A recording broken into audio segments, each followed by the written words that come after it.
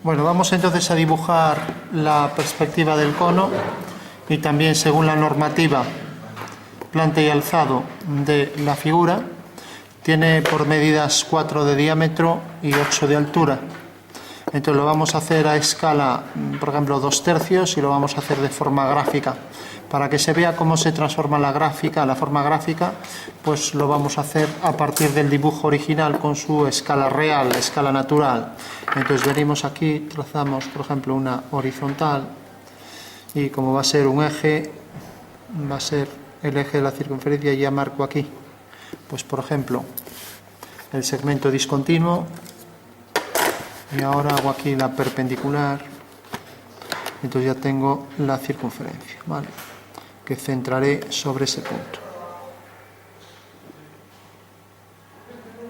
Y como tiene que tener ese diámetro, voy a prolongar aquí para hacer el alzado, un eje independiente para el alzado. Bueno, una vez que tengo esto, ya cojo los 2 centímetros y ahí tengo ya la posición de la circunferencia, o sea que viene desde este punto. Entonces cojo el compás, aunque está en color rojo, pero bueno.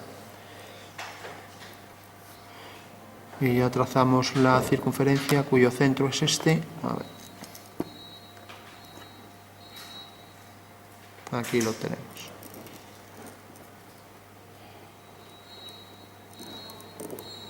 Bueno, una vez ya que tenemos la circunferencia, hacemos la línea de piedra.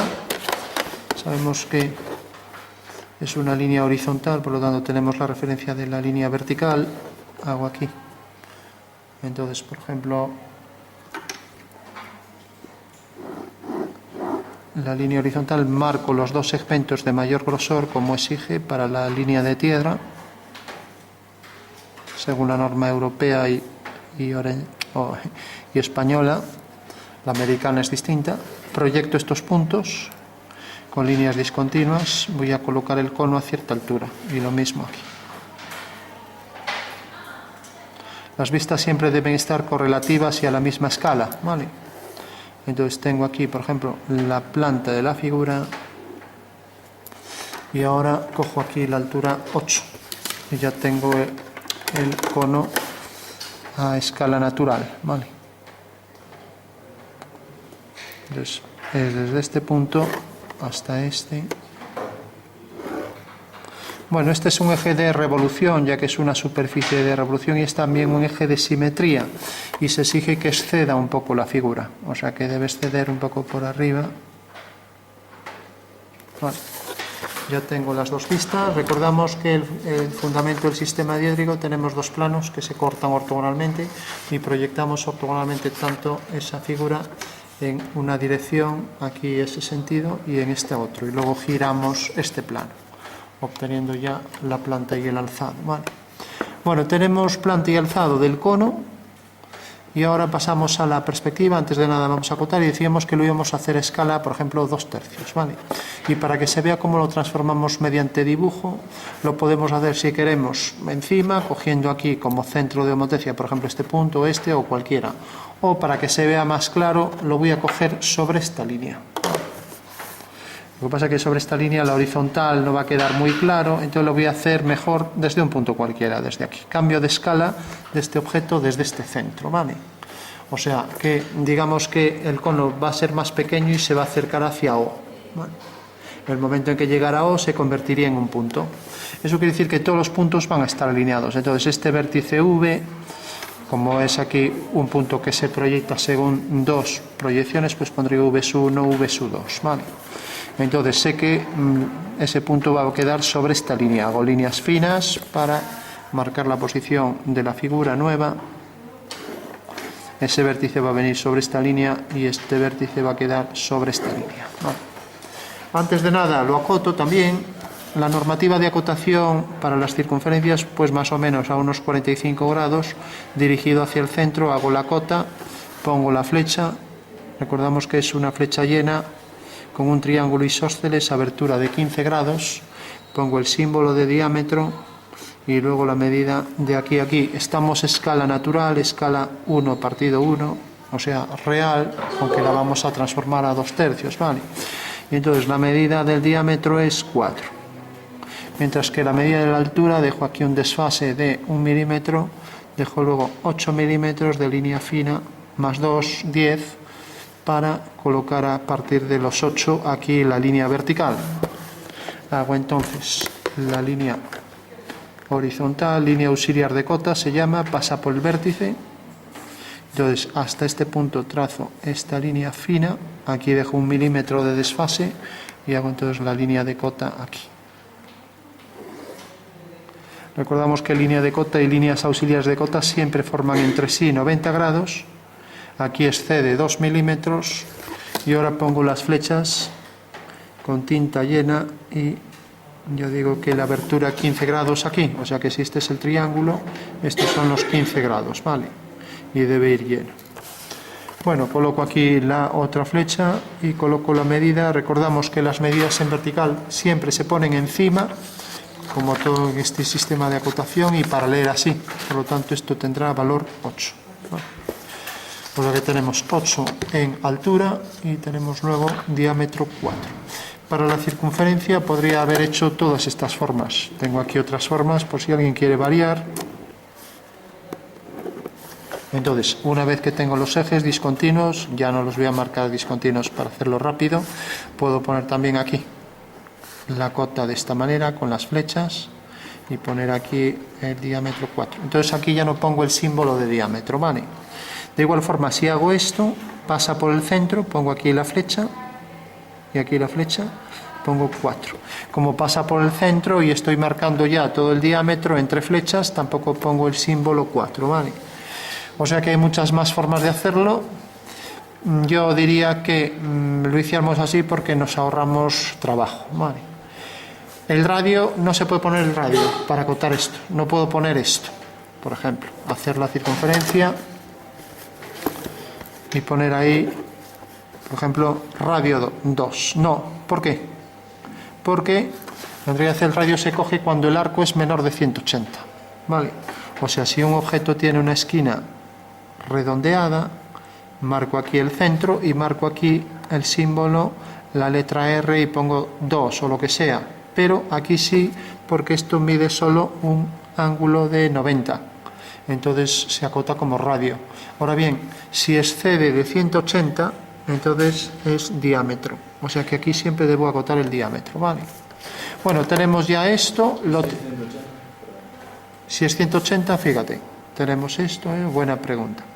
Tenemos esto. Tenemos aquí la semicircunferencia. Si es 180, fíjate que si excede 180 podría ser algo así, por ejemplo, ¿no? Entonces, necesariamente en este caso sí que puedo poner aquí, pues, acotar el diámetro, ¿no? Porque en realidad aquí excede de 180 este arco, ¿no? Ahora bien, fíjate que si quiero hacer esto aquí no puedo porque pasa por aquí. Nunca puedo pasar la flecha por el eje. O sea, yo no puedo poner aquí esto está horrible, ¿no? Entonces, como aquí no puedo, entonces es evidente que aquí yo solo puedo hacerlo con el radio también, ¿vale? O sea, 180 entonces es el radio, ¿vale? Bueno, una vez que tenemos esto, lo acotamos a 2/3, entonces... ¿Podría acotar solo un lanzado? La altura esta. No. Ah, bueno, el diámetro, sí, perfecto. O sea que podríamos prescindir de esto, hacer solo esto y coger aquí símbolo, diámetro, y en este caso es 4 y altura 8. Fijaros que así con una sola vista arreglamos, porque aquí no es necesario hacer más que esto, ¿no? O sea que si el objeto es así muy sencillo, pues sí que cabe hacer este tipo de cosas, ¿vale? Y si fuera una base cuadrada, una pirámide, pues pondríamos el símbolo de cuadrado, se supone que el lado es 4, y entonces tendríamos ahí la pirámide, ¿vale? Entonces marcaríamos aquí la altura. Entonces ya sabemos que la base es cuadrada de diámetro 4, mientras que la altura la que sea, ¿vale? Dime. Pero tú indicaste ahí que 4 y pusiste un diámetro. Sí. ¿Es necesario indicar que es un diámetro? En este caso sí, en estos casos no, porque en estos casos estás marcando de aquí a aquí, de aquí a aquí, y en este caso no marcas más que la circunferencia. Pero si ya has dibujado la circunferencia... Para que nadie piense que es un radio, por ejemplo. Arriba en el cono, cuando acotaste en el dibujo del cono, Sí. ahora también pusiste Aquí. ahí, sí. Sí, porque aquí no sabes tampoco si esto es una circunferencia, una elipse, un cuadrado o cualquier figura. Pero no va acompañado del dibujo de abajo. Aquí no es necesario, porque ya estás diciendo que es una circunferencia de diámetro 4. Sí, hacer solo el cono. Claro, claro. Vale. Claro, aquí no hace falta hacer en la planta. Claro. Si no haces la planta. Claro, si no haces la planta, entonces lo puedes poner aquí. Ahora, también puedes hacer la planta si quieres y no acotarlo aquí. Si quieres y acotarlo aquí, lo puedes hacer también. O sea, si estuviese dibujada la planta y arriba cotas 4 y 8 estaría bien, estaría bien. Sí, estaría bien. ¿Qué pasa? Que a lo mejor es un cono elíptico, ¿no? Y entonces no puedo poner este símbolo. La base del cono es esto, ¿vale?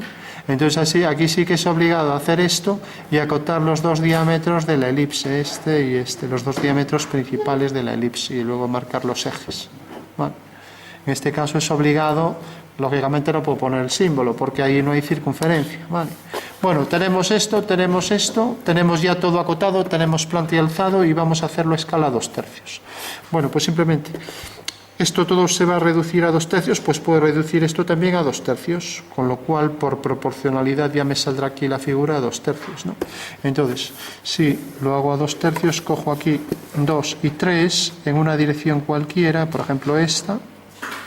Es más fácil que salga mejor si esto lo abro que si lo traigo hacia aquí, porque si lo pongo aquí pegado es muy difícil hacer bien las paralelas, ¿vale? Entonces al hacer el giro de esto, tengo aquí, marco, a ver, que como estoy aquí tan lateral, sí, bueno, este es el 3 y este es el 2. Entonces uno el punto 3 con este, y por el 2 hago una paralela, marco 3, marco 2, y tengo entonces al hacer una paralela aquí ya tengo que este segmento lo he reducido a 2/3, porque si pasara el 1, pues estas serían dos partes, le sumo 3 y entonces ahí tengo ya 2/3 de este segmento, ¿vale? Eso quiere decir que el vértice V2, V1, pues ahora va a venir aquí y al hacer una vertical ya puedo hacer el cono, ¿vale? Entonces hago la vertical.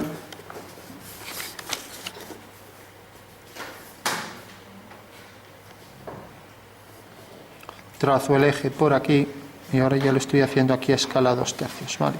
Y como esto está alineado con esto, sé que va a venir por aquí, ¿vale?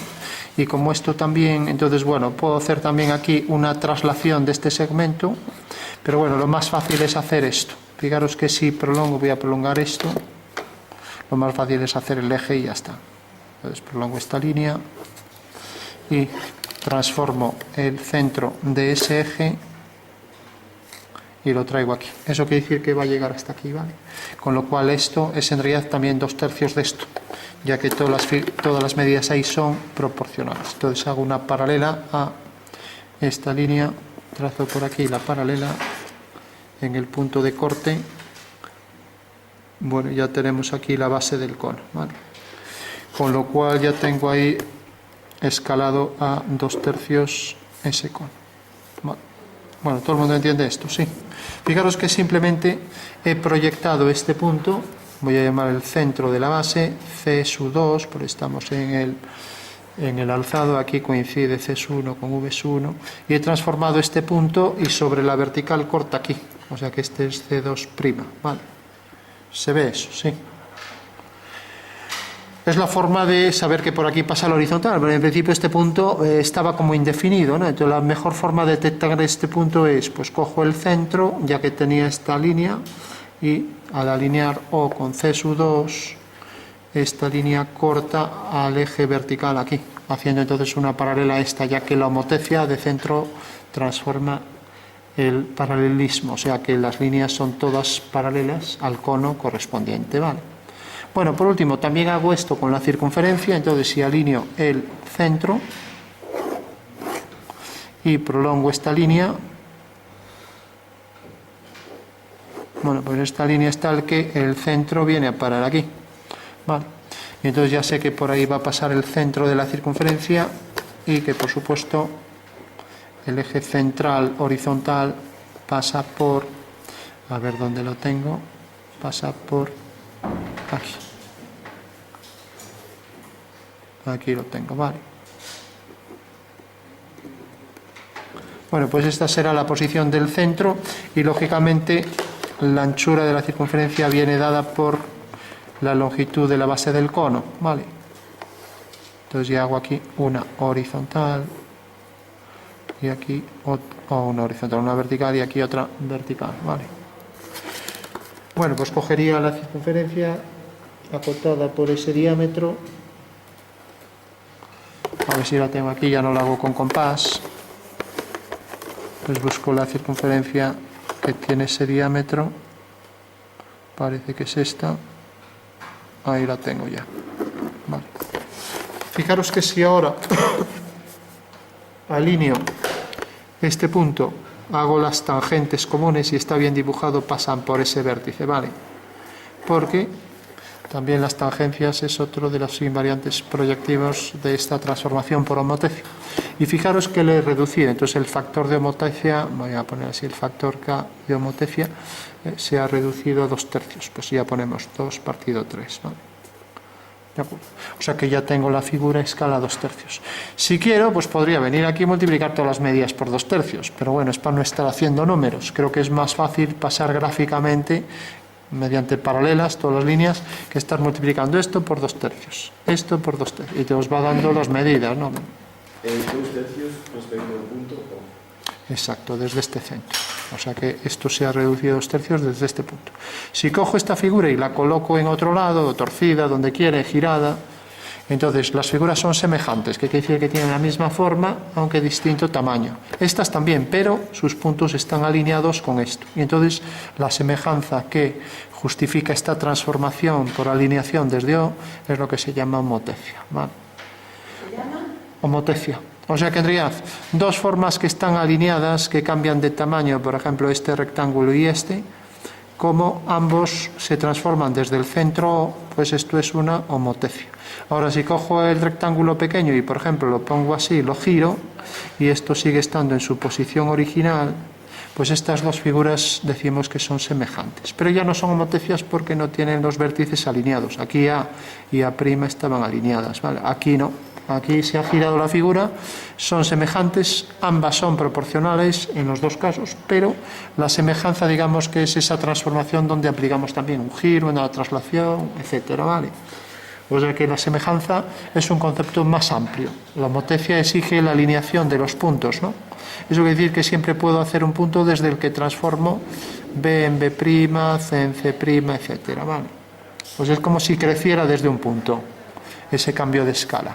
Bueno, tenemos ya las dos figuras y ahora por último vamos a hacer la perspectiva, la más sencilla, cogiendo esta escala o la que sea, o la voy a hacer aleatoria y luego le pongo la escala, ¿vale? Entonces sabemos que la base es una circunferencia, ¿vale? Y sabemos que la altura, cojo aquí los ejes, pues es el doble que el diámetro, ¿vale? Entonces cogeré el doble, ya lo pongo aquí, vamos a hacer aquí la línea, el eje central, cogí esta circunferencia, entonces cojo aquí el diámetro hasta aquí y vuelvo a duplicar el diámetro hasta aquí. O sea que en realidad he cogido ya la altura real, ¿vale? Si cojo la altura real aquí y hago las tangentes, de las dos tangentes tengo ahí un cono, ¿vale? Este cono está en perspectiva militar, pero no he aplicado reducción sobre z, ¿no? Sobre la altura, reducción z ninguna. Vale. Ahora bien, si hago una reducción, voy a hacer ahora la reducción, pues el cono sale más claro, ¿no?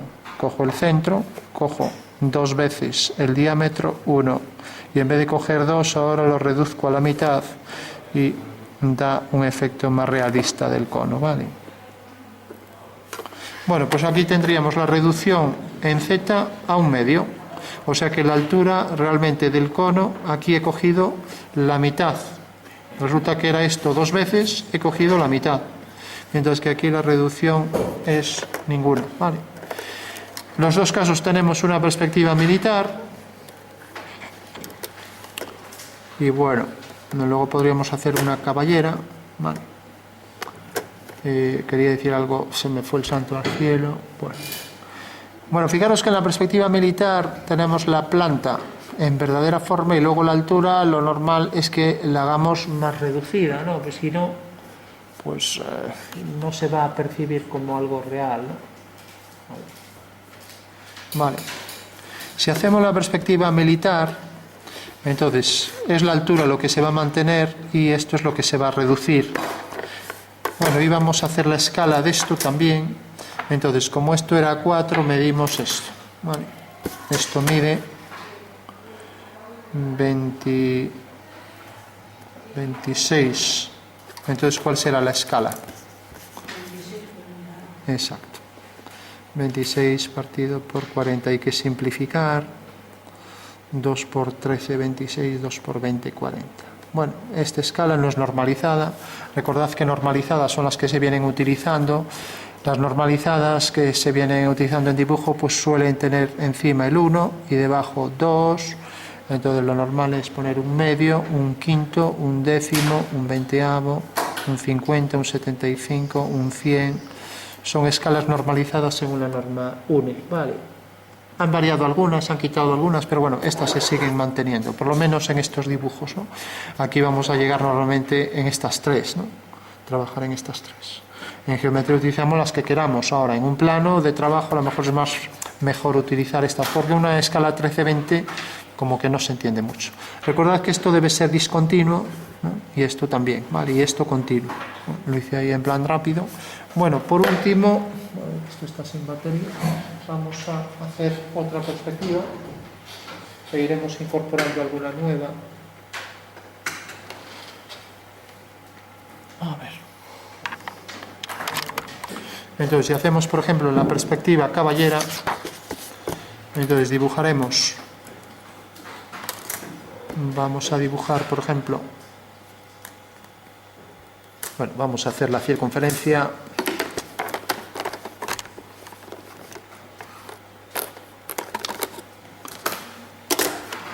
Pues vamos a hacerlo de una forma muy interesante porque esto nos va a facilitar poder calcular los infinitos puntos de la elipse de una forma inmediata, ¿no?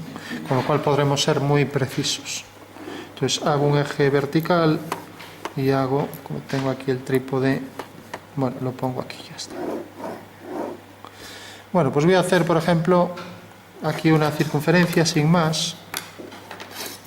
Y voy a transformarla en la elipse para hacerla en caballera, ¿vale? Así puedo controlar con precisión al final lo que va a quedar. Entonces, lo que hago es inscribir. Como voy a meter un cuadrado por fuera, hay que circunscribir el cuadrado a esta circunferencia. Entonces trazo aquí la ortogonal en esta esquina. Y lo mismo hago en los puntos correspondientes a esos cuadrantes, ¿no? Entonces tengo ya los 4 cuadrados, a ver si puedo bajar hasta aquí, vale. Y ahora lo que voy a hacer, una vez que tengo ya el cuadrado circunscrito, es pasar el cono, pasar la circunferencia de la base del cono, por ejemplo, a un ángulo cualquiera, ¿no? Lo puedo hacer incluso, lo cual sería una primicia, no lo vimos aquí, inclinar la cara hacia arriba, por ejemplo, ponerla hacia aquí, en una dirección cualquiera. Voy a coger esta. Vale. Entonces, si cojo esa dirección, pues fijaros, hasta ahora la caballera la hicimos así. Hacíamos un prisma, hacemos aquí la base, tenemos aquí la elipse, el punto central, intersección de diagonales y tenemos el cono, de manera que esto es lo que vemos, ¿no? Todo el mundo lo entiende eso, ¿no? Y aplicamos aquí la reducción, sea un medio, 2/3, lo que sea, ¿vale? Ahora lo vamos a hacer al revés. Ahora he subido hacia aquí y esto lo estábamos viendo desde abajo y ahora este cucurucho lo vamos a ver así. O sea, entonces esta es la caja del cucurucho y por tanto la elipse va a quedar así, el centro va a quedar aquí y estamos viendo el cucurucho como si fuera una lámpara. Imaginaros aquí una bombilla, ¿no? ¿Lo veis, no? Bueno, entonces voy a elevar esto. Entonces, ¿qué reducción voy a aplicar? También aleatoria, luego marcamos todas las medidas reales, pero para entender que la geometría, pues no tenemos por qué restringirnos a las medidas de un medio, 2/3, sino que cogemos la que queramos. Entonces hago paralelas y ya voy a transformar ese cuadrado en este cuadrilátero romboide, ¿vale? Bueno, ya tengo aquí la figura. Y ahora la altura va real, ¿no? Esta medida, bueno, esta medida no es real, es más grande, es una ampliación, ¿no? Entonces vamos a medir la altura real. Esto mide 47 de diámetro. Y esto medía 40. El diámetro de esto era 40. Entonces tenemos que la escala de esto es 47 partido por 40, porque ahora es más grande, ¿no? Entonces el numerador es más grande, ¿vale? O sea que esto es 47, esto es 40, al ser de ampliación, pues es así, 47 partido 40. Bueno. Y entonces tendríamos que coger el doble de esto para hacer la altura. Y la altura va a quedar exactamente sobre la intersección de las dos diagonales que ya trazo. Vale. Ahí tenemos las dos diagonales. Con lo cual trazo aquí una vertical y cojo 2 veces esa medida. Vale. ¿Todo el mundo entiende esto? Sí. O sea, estoy cogiendo el doble de esa medida que me va a quedar fuera del papel, pero bueno. Pero lo tengo por aquí y ya estoy viendo que queda fuera. O sea, cojo el diámetro 2 veces, una vez y justo. Bueno, pues nada, podríamos calcular dónde queda, pero bueno, para no meternos en cosas nuevas, vamos a hacer que el cono sea ligeramente más bajo y ya está. O sea, no ese cono, o si no, más fácil todavía. Para que sea el mismo cono, lo hacemos poniendo un papel fuera y ya está. Entonces cogía el doble aquí, uno y otro. Vale. Esto corta aquí arriba. Bueno, en total, primero tengo que hacer la elipse para hacer las tangentes, entonces primero voy a hacer la elipse.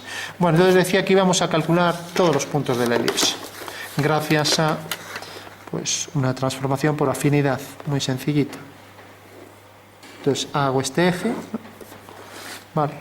Bueno, fijaros que ahora, si este punto se transforma en este, puedo ir transformando todos. ¿Cómo? De esta manera. Tengo esto así. Tengo esto así, tengo un punto cualquiera de la circunferencia, por ejemplo este, y fijaros que este triángulo va a pasar lo mismo con todos los puntos, van a ser todos los triángulos semejantes, ¿los veis? ¿Sí? O sea que tendría este triángulo que tengo aquí, esto sigue esta dirección, este triángulo también, esto es vertical, esto también, y entonces lo que tengo que hacer es este punto de la circunferencia, hacer una paralela a esta, y ya tengo un punto de la elipse, ¿vale? O sea que lo único que tendré que hacer es triángulos todos semejantes. O sea que todos los triángulos de esta elipse, todos, pues les va a pasar eso. Sigue esta dirección, esta y esta. ¿Vale? A esta circunferencia. ¿Entendéis? O sea que estos triángulos son todos iguales según donde tenga aquí los puntos de la circunferencia. Voy haciendo aquí estos triángulos por la circunferencia, ¿no? O sea que lo único que tengo que hacer es, aquí lo veis a lo mejor más claro, cojo este punto, quiero saber dónde queda ahí arriba. Bueno, pues hago la vertical, así obtengo los infinitos puntos de la circunferencia. Hago la vertical, ahora hago esta dirección,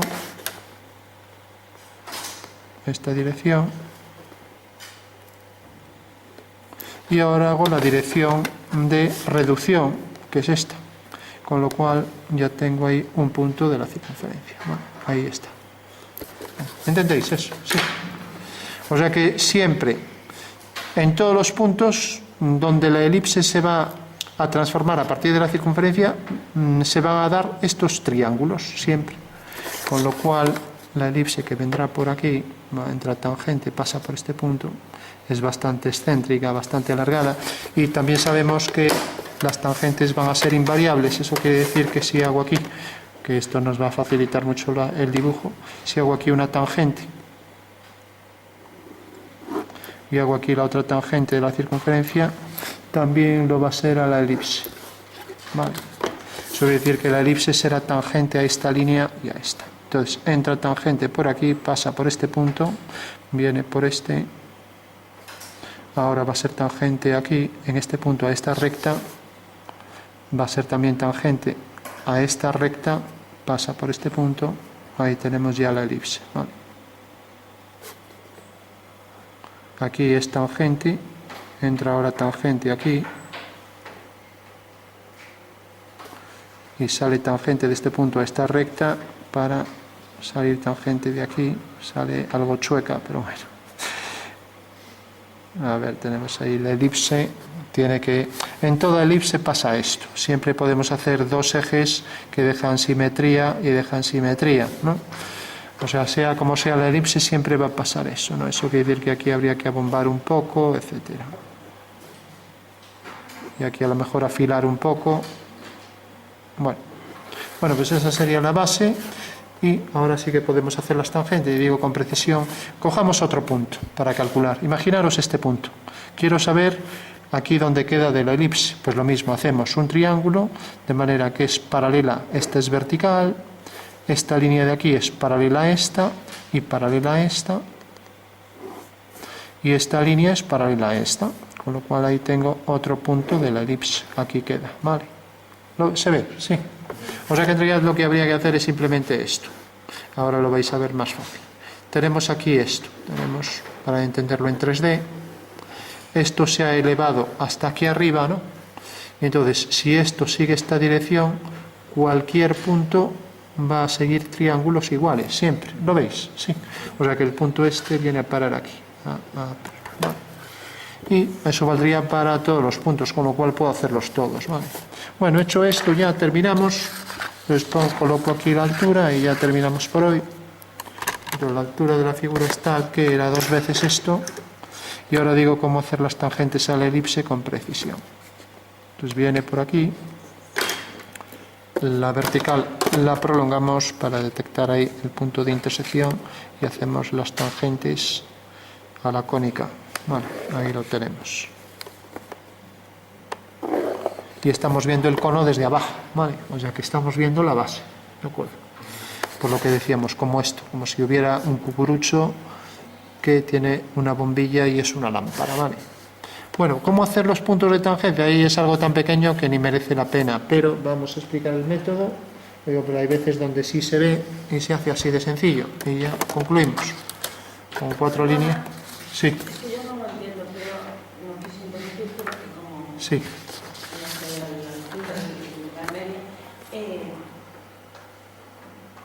¿Me explicas un poco esa perspectiva, o sea, la idea de... ¿Desde dónde está vista esa perspectiva? Desde abajo. Es una lámpara en el techo. Tú imagínate una lámpara en el techo, la puedes ver así. Si pudiéramos ver en caballera, claro, cosa que no. Entonces tú imagínate que hay una bombilla ahí adentro, ahí colgada, ¿no? Sería algo así. Entonces nos deja ver... ¿Dónde la estoy viendo? Desde abajo, estás mirando al techo y ves esto. ¿No entiendes? Sí. Por eso ves la bombilla. Y si estuvieras viéndola desde arriba... Entonces, ¿qué significa eso que está así puesto en vertical? Esto. No. Esto. Lo que tienes más abajo. Eso. Esto. Esta figura. Eso, sí. Esto es la planta de la figura que la he transformado por afinidad para obtener la elipse. Claro, o sea, para proyectar los puntos. Porque pude hacer directamente solo esto. Pero claro, para obtener los puntos de la elipse, puedo colocarla aquí por afinidad, mediante este método ir obteniendo todos los puntos, ¿vale? Por eso la puse. La figura es la... La figura es esta solo. Vale. Pero esa figura que tú dices que se está mirando desde abajo, Sí. también puede estar viéndose recto, o sea, así, ¿no? La vemos desde abajo. La vemos desde abajo porque esta es la base de la figura, ¿vale?